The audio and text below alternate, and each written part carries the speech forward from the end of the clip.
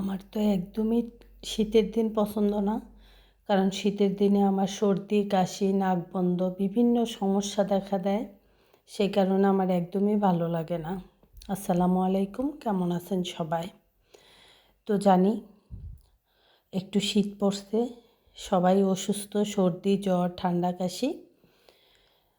তো দোয়া করি আল্লাহ যেন সবাইকে ভালো রাখে, নিরাপদে রাখে।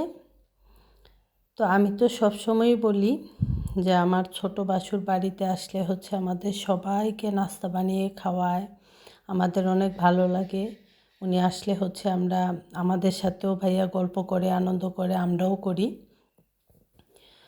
তো এই যে দেখেন, আজকে একটু দেখাইতেছি আপনাদের। এই যে ভাইয়া সবজি রোল বানাইতেছে আমাদের খাওয়ানোর জন্য। তো আমরা সবাই মিলে মানে আনন্দ করব, সবাই মিলে গল্প করব, খাবো এরকমের।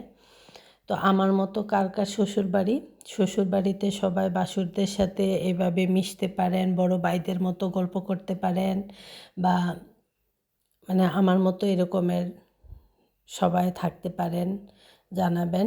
আলহামদুলিল্লাহ, আমি আমার বাসুর এবং ননাসদের সাথে খুবই মিশতে পারি।